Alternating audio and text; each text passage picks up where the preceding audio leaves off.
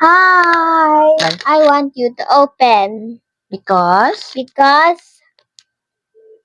was to open and and siya will. will eat.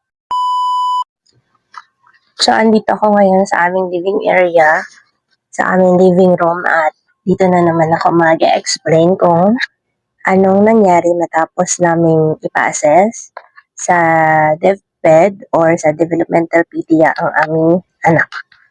Bago ako mag-explain kung anong next na nangyari, panoorin niyo muna yung aking first video, the introduction to my channel, para malaman niyo kung ano ang previous na nangyari, bakit pina-check up namin ng anak namin. So please go back to the first upload of my channel. So ang title niya is Intro to my channel. So andyan yung kanyang thumbnail, kung gusto niyo sundan yung aming istorya.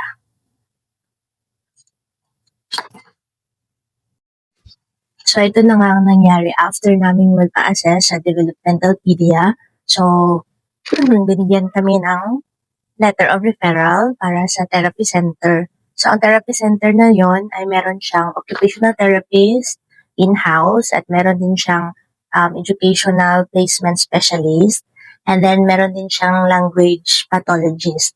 So, first, merong mga information doon how to contact the center. So, meron kaming cellphone number at meron din namang address at meron din Facebook page na binigay ang aming developmental PDEA.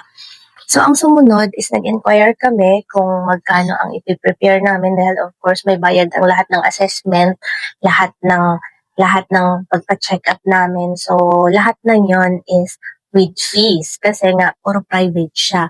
Malayo kasi kami sa center, malayo kami sa Manila. So hindi kami naka-avail yung mga free na check-up at free yung developmental PDEA.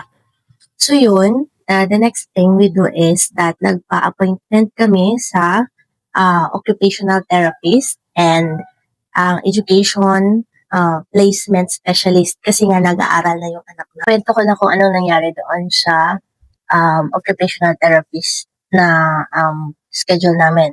So, unang-una, pumunta kami doon, kaming dalawa ng anak ko. So, meron siyang room, and then, merong assistant.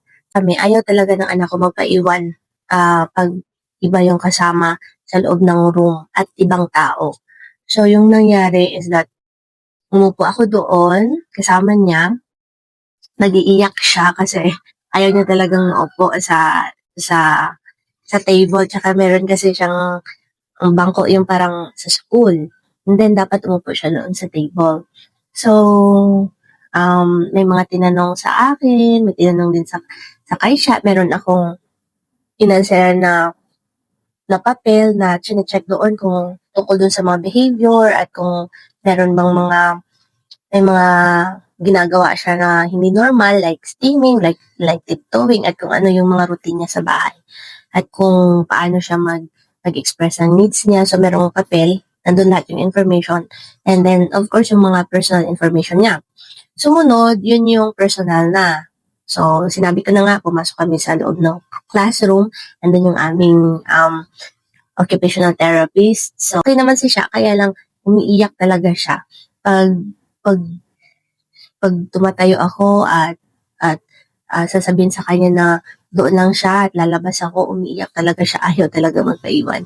So, I stayed and tinanong siya, pero hindi siya sumasagot, wala siyang focus, wala siyang eye contact that time. And, nayaan lang siya ng therapist, no? Ng OT namin. Pagkatapos nun is, nag-feedback na. So, merong pinagawa sa kanya, pinacolor, something like that, nakalimutan ko na kasi matagal na yun. So, yung nangyari, after no, nag-feedback na siya regarding sa behavior ng anak ko, and then after that ay yung recommendation. So, nag-recommend siya ng therapy sessions with behavioral at saka yung sa language niya kasi nga medyo delay siya according din doon sa kanyang assessment. So, yun,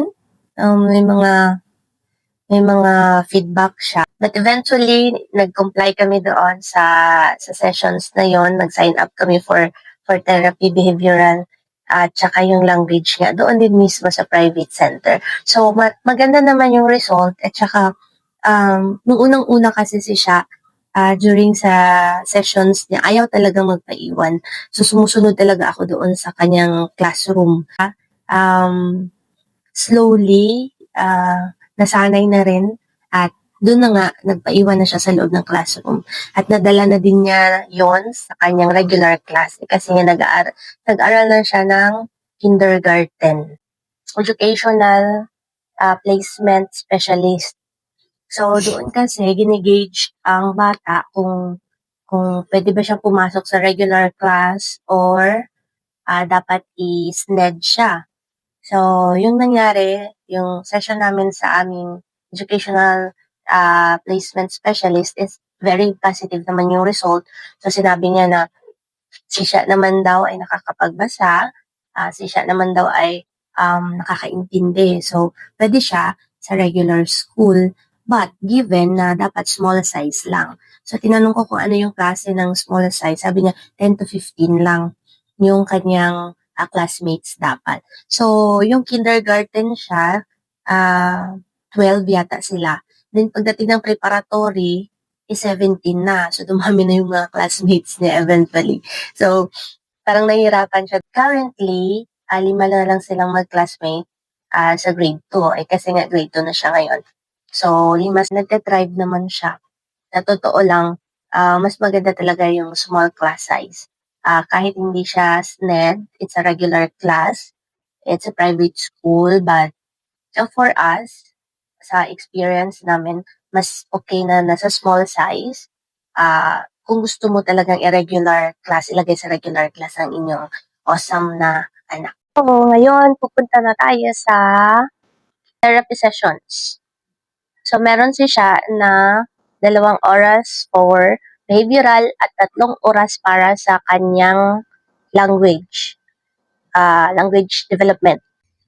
Sa kanyang behavioral, ang mga exercises na ginagawa, like bear walk, like jumping jacks, ano pa ba, yung parang naglalakad sa parang bridge, crawling, ano pa ba, following instructions, meron din siyang yung nagko-color ng, for example, may instruction, written instruction, and then kukulayan mo, for example, color the ball red.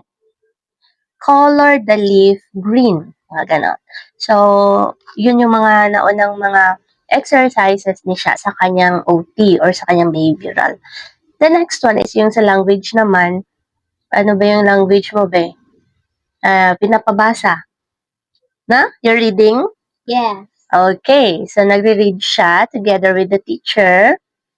And then, tinatanong siya, who is the character in the story? Mga ganon. What is the place called? Mga ganon. So, yun yung kanyang session sa kanyang language. At saka isa pa, ano pa ba, be? Thank you. Thank you. Thank you so much. You say please subscribe to our channel. Please subscribe to our channel.